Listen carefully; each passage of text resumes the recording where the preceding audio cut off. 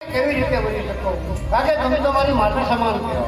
તો સાલ અત્યારે પાળે અને ભસ્મ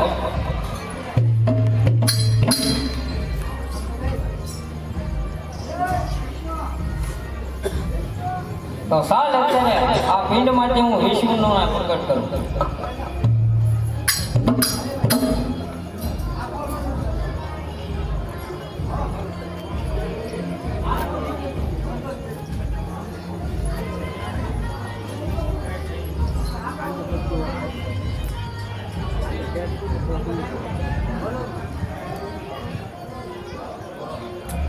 અરે વિષ્ણુ, તમે પતાળ જાય અને પૃથ્વીને લઈ આવો.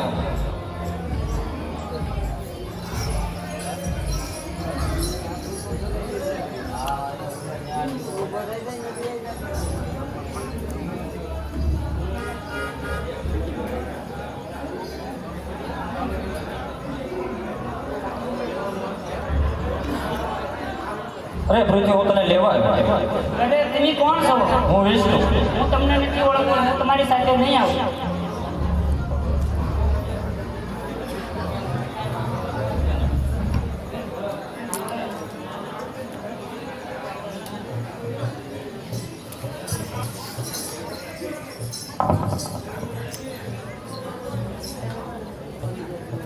અરે પૃથ્વી આવવાની માતાજી ના પાડે. અરે વિષ્ણુજી, તો તમે મને વરો, તમે મને ઉત્પન્ન કર્યો, હું તમને ન કરું.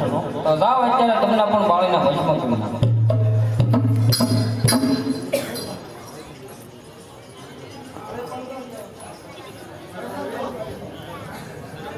તો સાલ અત્યારે આ પિંડ માટે હું શંકરને પ્રગટ કરું.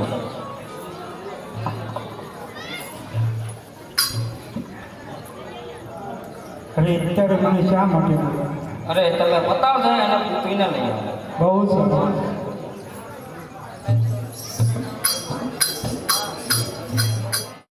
હું ચમકાર. હું શંકરને નથી ઓળખતી. હું તમારી સાથે નહીં આવું. બહુ સારું.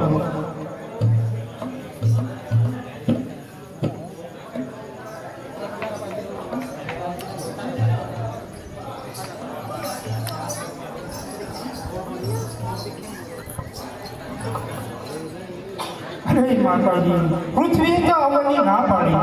તો તમે મને વરો. અરે એ તો મારે વિચારવું પડશે. અરે જો આને હું વરવાની ના પાડીશ તો જેમ બ્રહ્મા અને વિષ્ણુને બાળીને ભસ્મ કર્યા છે એમ મને પણ બાળીને ભસ્મ કરી દેશે. આનો મારે કંઈક રસ્તો કાઢવો પડશે. અરે હું તમને વરો કરો. મારી 3 શરત છે. આ બ્રહ્મા અને વિષ્ણુને બાળીને ભસ્મ કર્યા છે એમને સજીવન કરો. બહુ સારું.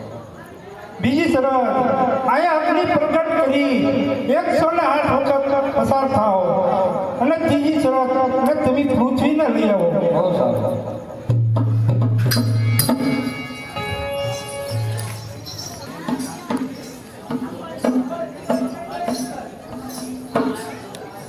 અરે પૃથ્વી, હું તને લેવા આવી.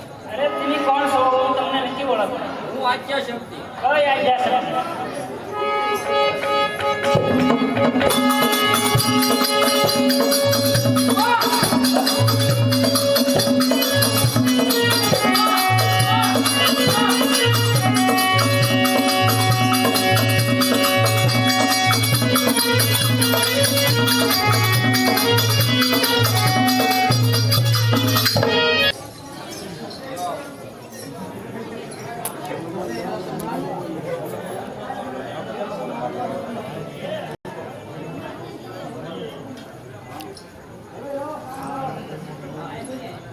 હવે અહીંયા અગ્નિ પ્રગટ કરી અને 108 વખત પસાર થાઓ.